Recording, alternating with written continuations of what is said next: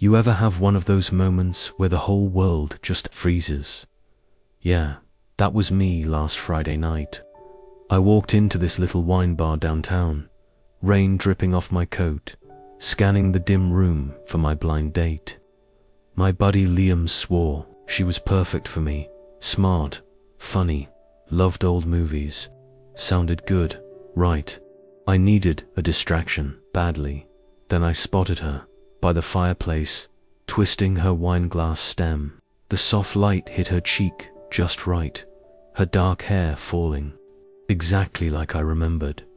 My breath just stopped, sharp, painful, because 10 years ago, she wasn't Sarah from the app. She was Ms. Evans, my high school English teacher, the one who made Shakespeare feel like a punch to the gut and looked at me like I wasn't just some kid in the back row. The one I spent 2 years secretly, desperately, stupidly in love with. Yep, that Ms. Evans, Sarah Evans, proof my past wasn't done messing with me. My heart was hammering like crazy. Run, screamed my brain. This is insane. Messed up back then, messy now. But my feet, they stayed glued to the floor. Seeing her again, it wasn't just shock. It was like finding a piece of myself, lost, that old ache, buried deep for 10 years, roared back, hot and scary. How did Liam not know? How could she not recognize my name? Ethan Miller. I wasn't invisible in her class. Was I? Ouch. I slid into the chair across from her. Her eyes snapped up, wide and startled, scanning my face. Confusion, then this awful dawning. Her wine glass froze halfway to her mouth. She went pale. Connection, that word just hung there, heavy. All those essays I poured my heart into just for her notes. How she'd linger after class sometimes, asking about some book I'd mentioned. That electric buzz I swore was real, but figured was just pathetic kid stuff. Seeing that wariness in her eyes now, the blush creeping up her neck. Maybe it wasn't just me. Different, not good, not handsome, different. Like I was some weird exhibit she'd forgotten about. Okay, Ethan, play it cool. Don't be that awkward kid. So do you, I said, and she did. Time had softened her, added little lines around her eyes when she got nervous, like now. Her confidence felt different too, less teacher strict, more quietly sure of herself. And damn, it looked good on her. Seriously dangerous territory here. We danced around it, talked about the rain, the ugly wallpaper, Liam's terrible matchmaking skills. The silence got thick, full of ghosts from room 214. I could almost smell the chalk, hear those buzzing lights, feel that stupid pull towards her desk. Finally, I cracked, her eyes locked on mine. Raw hurt flashed, then vanished. She traced her glass rim. Ah, the heartbreak chapter. She actually said it, confirming every scary, thrilling feeling I'd had back then. It wasn't just in my head. Someone had noticed us. That hit me like a punch. Did she get pushed out? Because of me? Because of what someone thought? Guilt, sharp and sour, flooded me. I'm sorry, I choked out. I never meant, for yours. Those words echoed. Was leaving protection or running. Hope that, maybe, just maybe, she'd felt it too. Something she couldn't do anything about. Wrestled with the crushing guilt that my dumb crush wrecked her job. The air felt charged. Years of wanting, confusion, and this awful new truth hung between us. Our fingers brushed, reaching for the breadbasket. A jolt, electric, real. Her eyes met mine, held. The world shrank to that tiny touch. Our shared breath, that old tension snapping tight. This is crazy. She was my teacher, but the guy I was now looked at the woman she was now, and the past felt less like a wall and more like a shaky bridge over hot coals. Could we cross it? Should we? We didn't bolt. Against all sense, we finished the wine. Talked about now, her job at the museum, my freelance design chaos. The awkwardness slowly melted into this shaky, terrifying curiosity. The connection was still there, maybe deeper, worn smooth by time and shared ghosts. We swapped numbers. One dangerous little tap on my phone. It was unexpected, but nice. Sarah popped up later. My thumb hovered. Nice. Seriously. Unexpected is putting it mildly. I texted back, glad we stayed. Pause. Then, me too. 2 words. Heart went nuts. We met again. Coffee. Daytime. Safe. Then lunch. A park walk. Every meetup was walking a tightrope. We talked books, art, how weird life is, carefully avoiding the giant chasm of the past, the landmines of now. The wanting was a physical ache, seeing her actually laugh at my dumb joke, sunlight catching gold in her eyes, her shoulder brushing mine as we walked. God, she smells amazing, like vanilla, old paper, and just her. Every tiny touch burned. Every long look felt like a promise we couldn't make. Slow burn, fueled by stolen moments and heavy silences. Friends. Could we even do that? My heart screamed, no way. My body remembered that one touch at the wine bar. Then the museum fundraiser. Her world, she looked unreal. Deep blue dress, hair up, showing off her neck. I stood there in my rented tux, feeling like a total fake. Asterisk, what are you even doing here, Ethan? Her co-workers were polite, curious. So how do you know Sarah? Asked this slick guy Charles, his hand way too close on her back. Way too close. Old friend of a friend. That stung. Was that it? A handy lie. I saw the quick, sorry, in her eyes, but it didn't help. Charles kept hovering, smug, like he owned the place. Jealousy, this green monster I didn't know I had, roared. Is he the problem now? Later, hiding by some giant metal sculpture thing, she found me. Her hand reached out, hesitated, then grabbed my arm. The touch burned right through my sleeve. Her eyes searched mine, full of struggle. No, she whispered. God, no. This, you, feels huge. Not vague, but Ethan. She glanced back at the crowd, at Charles. People talk. My job. Your name. The past. Her gaze held mine, intense. Wanting. For a second, I thought she'd kiss me. Right there by the metal blob. My breath caught. Do it, please. But then, fear slammed shut over her face. She yanked her hand back like I was fire. It's not that simple, she said, voice thick like she might cry. You don't know everything. Before I could ask, what don't I know? She vanished back into the crowd, left me alone with the sculpture, the fake music, and the heavy weight of her secret. What was she hiding? What made us even more impossible? Things got icy after the fundraiser. Her texts dried up. Asterisk swamped with the exhibit. Sorry, crazy busy. The unspoken "this is too much" screamed from my phone. The little hope. I had started dying. Idiot. Idiot to think we could dodge the past. Then Liam, drunk and clueless, dropped the bomb at the bar. Slapped my back. So, you and Miss Evans, huh? Wild. Never figured you for the older woman thing. But hey, wait, why the face? Ice shot through my veins. She knew it was me the whole time. That night, the shock, the nerves. It wasn't surprise, it was recognition. And she came anyway. Why? Nostalgia, curiosity, or more? But then why pull back? Why the lies about Charles? Betrayal cut deep. She'd played me. Let me think it was fate when she walked in, eyes wide open. Rage, hot and humiliating, fought with the stupid hope still clinging on. I needed answers.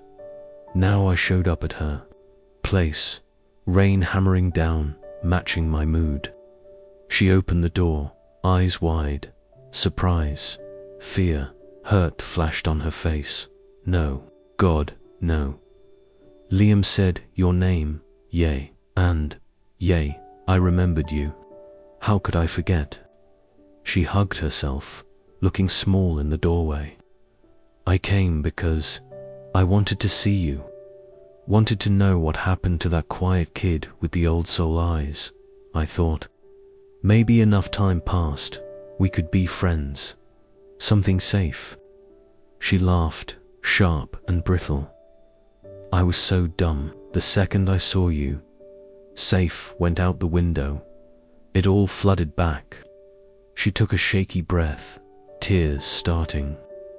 I left because the rumors weren't all wrong.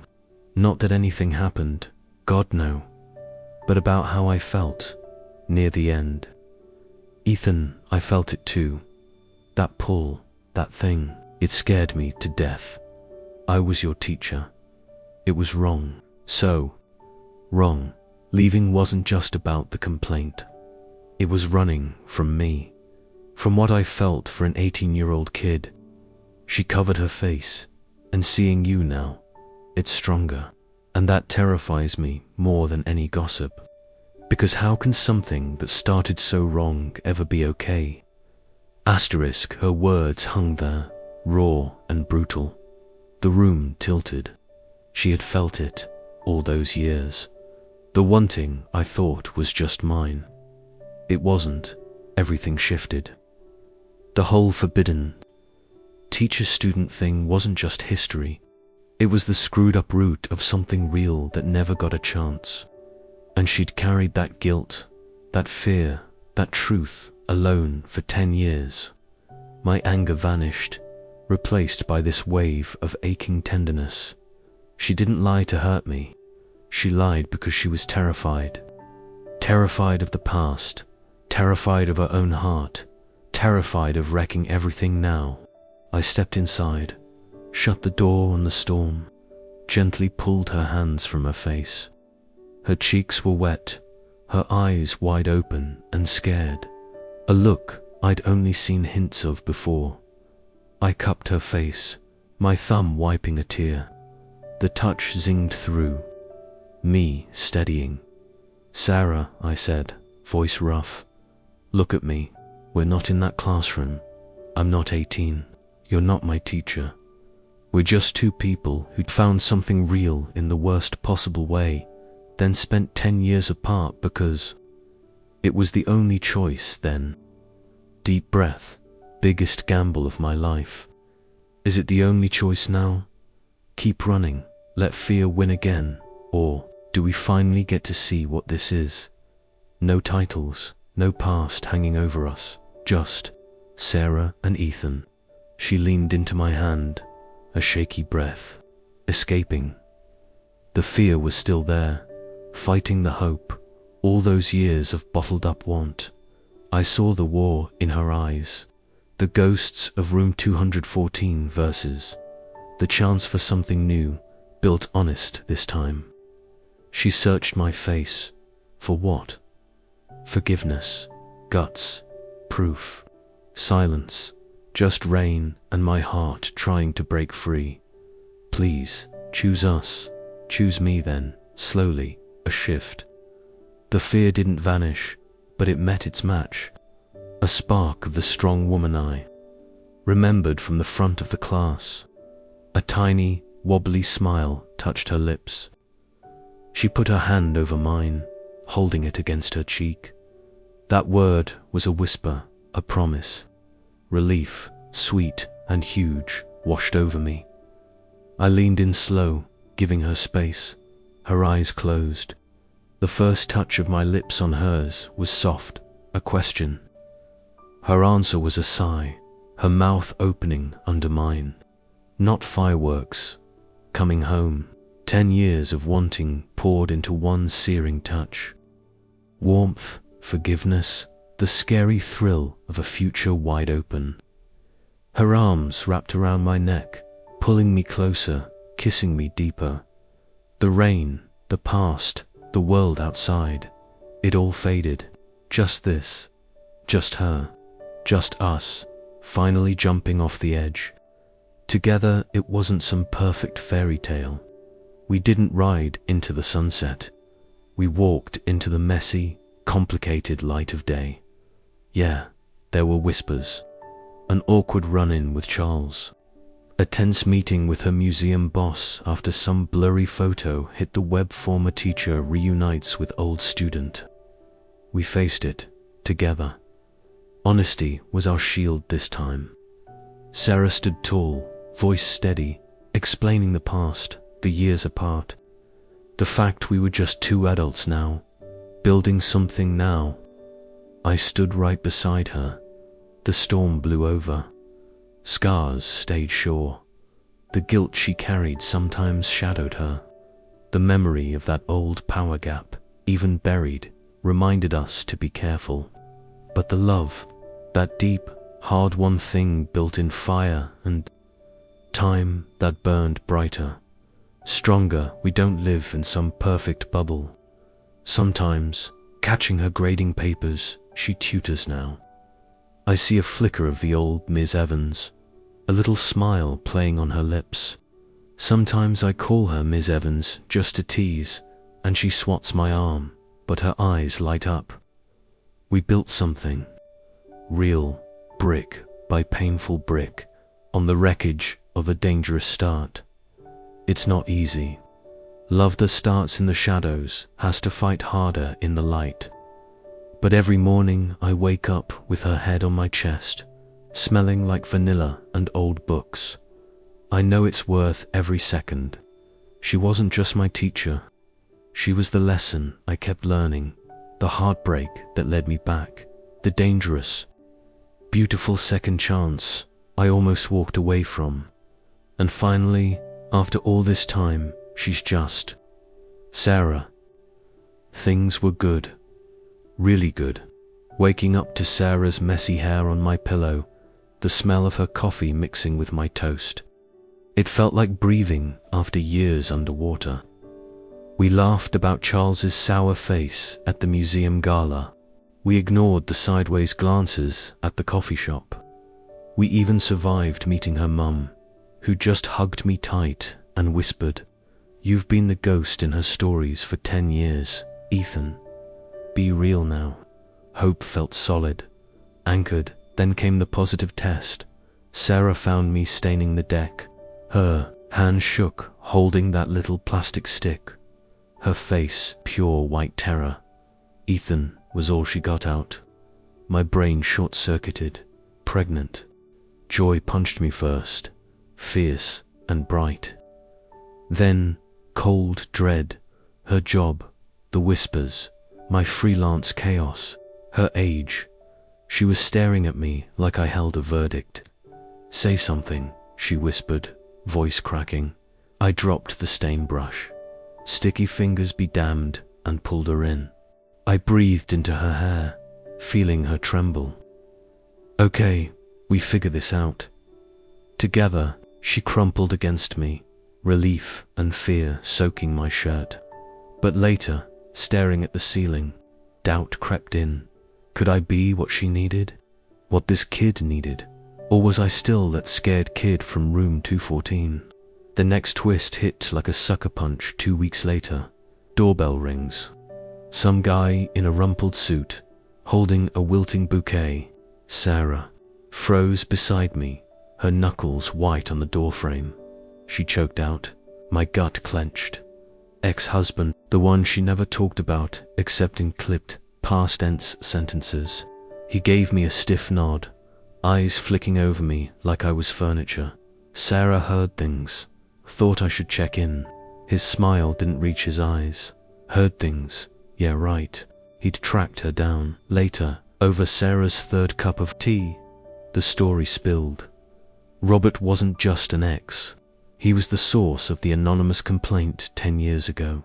Jealous, suspicious, digging through her emails after she'd mentioned a bright, troubled student, me, one too many times. He'd weaponized nothing and destroyed her career. He threatened to make it worse if I didn't leave teaching. And him, she confessed, hollow-eyed, said he'd protect me by ruining you too. So I ran from everything. Rage, hot and sour, burned my throat. This stranger had been the ghost haunting our story. Now he was back, sniffing around Sarah's new life, and the baby news was apparently public in her old circles. Protect her. He'd shattered her. Then came the letter. Official museum letterhead. Concerns regarding public image and past associations. A strong suggestion Sarah take extended leave during her pregnancy. Indefinitely. Charles's doing, no doubt. Robert's reappearance was just convenient ammunition. Sarah didn't cry. She went scarily still. They can't do this, I growled, ready to storm the museum. She just placed a hand over mine, over her still flat stomach. Her voice was quiet steel. They just did, fighting it publicly. It's what Robert and Charles want. More drama, more proof we're scandalous. The safe world we'd built felt paper-thin. Job insecurity. A vindictive ex circling. A baby coming faster than planned. And Sarah, she retreated. Not from me, but into a fierce, protective shell.